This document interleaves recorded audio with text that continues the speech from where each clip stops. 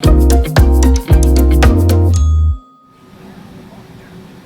vol 503 a été annulé. Nous vous prions de bien vouloir nous excuser pour le dérangement occasionné. Cela peut te surprendre quand tu es assis dans la salle d'embarquement et que tu vois un magnifique ciel bleu et un beau soleil dehors. S'il n'y a pas un nuage, pas de pluie, ni de tempête de neige en vue, alors qu'est-ce qui se passe ? Ah oui, les avions ne peuvent pas voler par des chaleurs trop fortes. Au cours de l'été 2017, 50 vols ont été annulés, plus 7 qui ont été seulement retardés à l'aéroport international Phoenix Sky Harbor. La raison ? Les températures ont atteint 48 degrés Celsius. En vérité, cette chaleur étouffante de l'Arizona n'a pas affecté les gros avions comme les Boeing 747 ou les Airbus A320, qui peuvent toujours décoller même lorsqu'il fait 52 degrés Celsius dehors. À l'ère de la technologie super avancée, il semble fou que les vols puissent être interrompus par une journée exceptionnellement chaude. La raison pour laquelle les petits avions comme les bombardiers ne peuvent pas supporter la chaleur lorsqu'elle dépasse 47 degrés Celsius est en fait liée à la nature même du vol. Avant chaque départ, les pilotes observent des informations détaillées sur la température de l'air, l'humidité, l'élévation, la longueur de la piste et d'autres éléments importants. Le système traite ces données pour calculer la vitesse de décollage optimale, la poussée, etc. Cependant, il est impossible de calculer ces données au-delà de certaines limites.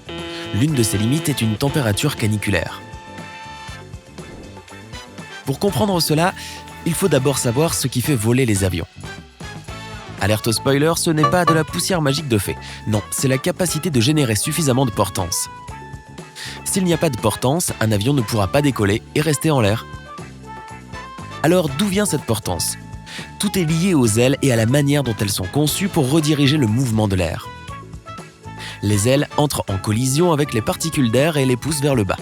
Mais ces petites molécules d'air très têtues résistent à cette redirection forcée et remontent aussitôt. Comme les particules d'air résistent à ce changement, la pression sur la face inférieure de l'aile est plus élevée. Au-dessus de l'aile, la pression reste basse. Cette différence de pression crée la portance et pousse l'avion dans le ciel. Pour que l'avion reste droit, il est essentiel que la pression sous l'aile reste élevée. Lorsque les conditions sont favorables, il ne devrait pas y avoir de problème ni pour créer la portance, ni pour la maintenir. Mais si quelque chose ne va pas dans cette formule, un avion aura vraiment du mal à décoller. On pourrait penser que la chaleur ou l'humidité sont directement responsables, mais il s'agit surtout de la densité de l'air. L'atmosphère s'affine au fur et à mesure que l'on monte. Ici, s'affiner signifie simplement que les molécules d'air sont plus éloignées les unes des autres. Si tu n'as pas autant de molécules d'air qui poussent sur l'aile, il devient plus difficile pour l'avion de générer assez de portance. Maintenant, on peut encore plus apprécier ses moteurs. Ils travaillent dur pour maintenir l'avion en l'air et nous amener en toute sécurité d'un point A à un point B.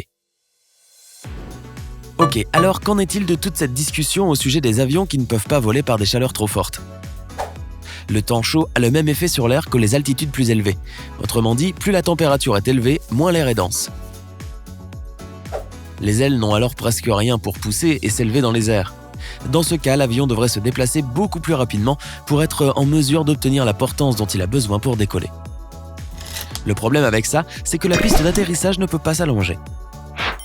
Pour minimiser le risque que cette situation dangereuse ne se produise, l'avion a besoin de plus de tout ce qu'il prend dans des conditions normales. Plus de puissance moteur, plus de poussée, des ailes plus grandes, plus de vitesse et une piste plus longue. Parce que la performance en montée de l'avion est beaucoup plus faible, il ne peut soulever qu'un plus petit nombre de passagers et de marchandises. La température extérieure, l'altitude de l'aéroport et la longueur de la piste sont les 3 facteurs qui influent sur les résultats. Pour certains avions, surtout les plus petits, il faut non seulement les réduire, mais il faut aussi reporter le vol car ce serait trop dangereux d'essayer de tenter un décollage.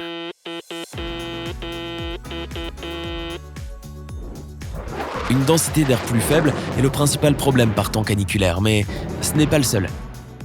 Les composants de l'avion comme l'électronique à bord surchauffent, les joints peuvent devenir trop mous ou fondre, la température des freins augmenter pendant les atterrissages.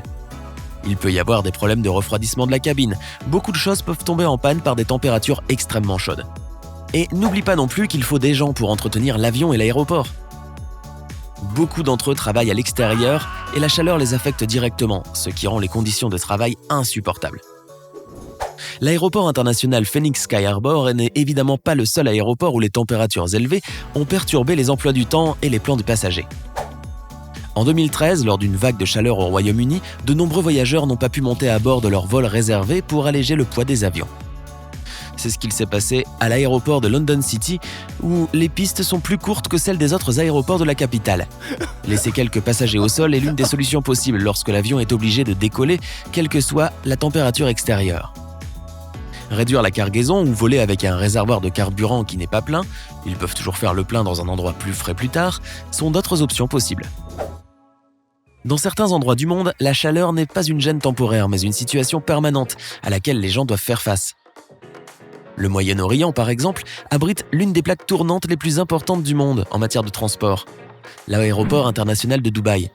De nombreux vols à destination et en provenance de cet aéroport et d'autres aéroports du Golfe sont ainsi prévus pour la nuit et à l'aube quand il fait un peu plus frais. Les transporteurs locaux utilisent aussi normalement des avions plus gros qui ont une meilleure résistance aux températures élevées. Il est maintenant clair que certains avions ne peuvent pas décoller par un temps caniculaire, mais qu'en est-il du froid ? Peut-il faire trop froid pour voler ? Les avions préfèrent les températures basses. Après tout, ils sont conçus pour voler à 10 000 mètres d'altitude. Et ces altitudes sont connues pour leur température d'environ moins 50 degrés Celsius. Autant dire qu'ils font carrément claquer des dents. Techniquement, le froid extrême n'est donc pas un problème dans les airs, mais il peut rendre la préparation au sol plus longue et plus compliquée. Il faut dégivrer la piste et jusqu'à l'avion en lui-même. Et quand il fait vraiment particulièrement froid, l'équipement de ravitaillement peut également geler. On dirait que les avions ont aussi leurs limites. Mais au fait, et toi, tu préfères le froid, le chaud ou l'entre-deux ?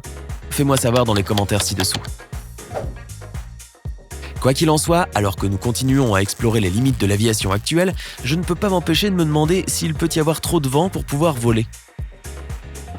Passer à travers une tempête peut être une expérience terrifiante pour les passagers, mais est-ce vraiment aussi dangereux qu'on le pense ? Eh bien, ça dépend. Il est peu probable qu'un avion commence à perdre contrôle juste parce qu'il traverse une zone de turbulence. Les ingénieurs et les constructeurs aéronautiques testent leurs avions et spécifient les limites de vitesse au sol et en vol. De cette façon, les pilotes savent exactement comment ils doivent se déplacer dans des conditions météorologiques différentes. Cependant, les moments les plus critiques et peut-être les plus imprévisibles pendant les rafales de vent sont les décollages et les atterrissages. Dans certains aéroports, les vents sont assez forts toute l'année, de sorte que l'atterrissage peut devenir très mouvementé.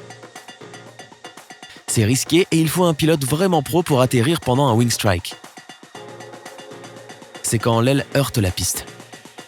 Cela peut se produire lorsque le vent change brusquement de vitesse et de direction, ce qu'on appelle un cisaillement du vent. Et un pilote doit parfaitement savoir ce qu'il fait pour atterrir lorsqu'un vent de face se transforme en vent arrière, par exemple. Quand on dit qu'il y a trop de pluie pour prendre l'avion, cela dépend en réalité des compétences du pilote. Les fortes pluies présentent surtout un problème à l'atterrissage. Les pistes d'atterrissage sont conçues de manière à ce que l'eau ne reste pas stagnante dessus. Cependant, si cela se produit, les pilotes doivent ajuster la vitesse et la distance d'atterrissage en fonction de la quantité d'eau au sol. L'aquaplanage est la situation la plus risquée qui puisse se produire par temps de pluie. Tu vois, si suffisamment d'eau s'infiltre entre le pneu de l'avion et la piste, cela réduira la friction nécessaire pour immobiliser l'avion. Ensuite, le pilote devrait savoir gérer le dérapage. Si tu pensais que c'était déjà assez délicat au volant de ta voiture, imagine perdre le contrôle d'un gros avion. Heureusement, de tels cas sont rares. Et qui sait ? Peut-être qu'à l'avenir, les avions pourront décoller, voler et atterrir en toute sécurité dans des conditions extrêmes de chaleur, de froid, de vent et de pluie. Certes, nous devons encore nous plier aux lois de la physique, mais je suis sûr que les ingénieurs aéronautiques travaillent dur pour apporter des améliorations et des innovations. J'attends toujours la téléportation pour ne plus jamais avoir à faire face à un autre vol annulé ou retardé. Pour l'instant, je vais continuer de rêver. Si tu as appris quelque chose de nouveau aujourd'hui, alors clique sur j'aime sous la vidéo et partage-la avec tes amis. Et voici d'autres vidéos que tu devrais aimer, je pense. Il te suffit de cliquer à gauche ou à droite et de prendre la vie côté sympa.